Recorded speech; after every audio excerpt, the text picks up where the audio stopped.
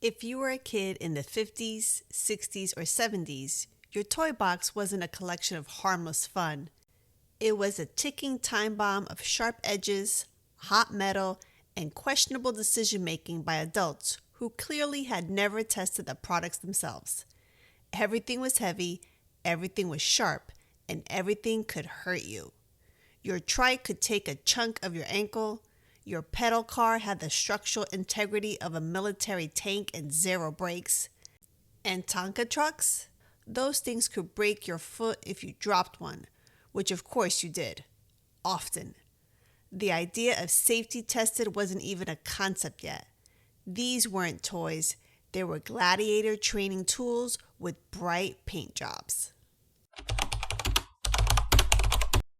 If you had a metal slide in your yard, then congratulations, you survived a public health hazard. That shiny steel beast would bake all morning in the sun until it reached the temperature of molten lava. And you? You'd still climb up there, sit down, and fry the back of your legs on contact. You didn't scream, you just held on for dear life and hoped gravity would take you down fast enough to minimize the third-degree burns. And if you managed to survive the descent, you landed in a gravel pit or a slab of concrete, because cushioned rubber playgrounds weren't a thing yet. Pain was just part of the ride. You want to know how different childhood used to be? We were given chemistry sets with real chemicals, some of which were flammable, others just unidentifiable. You didn't need a license, you didn't need supervision, you just needed curiosity and a tolerance for smoke. And don't forget the wood-burning kits.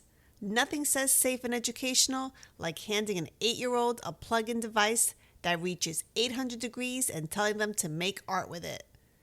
Even the easy bake oven wasn't so easy.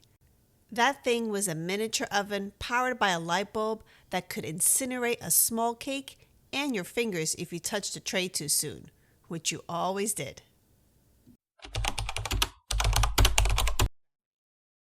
Let's just talk about lawn darts for a second, also known as jarts if you want to get fancy.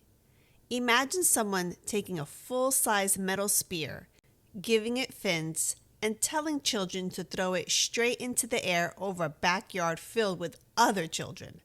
The fact that anyone survived a summer barbecue without someone getting impaled is nothing short of a miracle.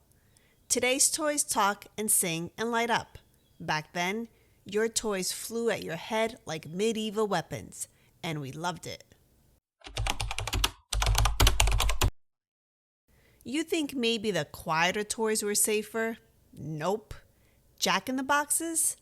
Absolute jump scare torture machines in clown disguise. Dolls? Many of them looked like they'd seen things. Some followed you with their eyes, others never blinked. And let's be honest, one or two probably were haunted.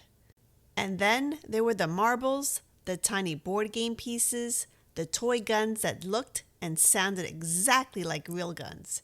It was all perfectly normal until someone ended up crying, usually because a sibling weaponized it. You didn't wear a helmet when you rode your bike. You didn't buckle up in the car. You bounced around the back seat like a pinball, maybe lying in the window shelf, maybe facing backward in a station wagon. You got launched off seesaws, you fell off monkey bars, and if you crashed, you cried, you bled, and someone poured hydrogen peroxide on it while saying, "It'll sting a little," which was a lie. It stung like fire. But you learned, you toughened up, you got back on the bike, and you never told your mom because if she found out you got hurt, she might not let you do it again. Here's the thing. We didn't know how dangerous it all was. Or maybe we did, but we didn't care. Because that kind of chaos, that kind of freedom, that was childhood.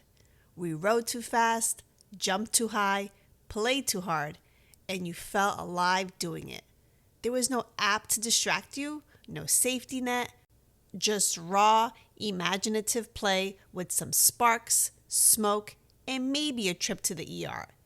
It wasn't reckless, it was normal, and it shaped an entire generation. For every burn, bruise, black eye, and broken thing that came from toys nobody ever should have approved in the first place. You made it through the great lawn dart wars. You handled boiling hot metal slides like a firewalker. You wielded chemistry sets and wood burners like tiny, mad scientists. And you came out of it with stories, scars, and a sense of humor. Boomers didn't survive childhood toys, they conquered them.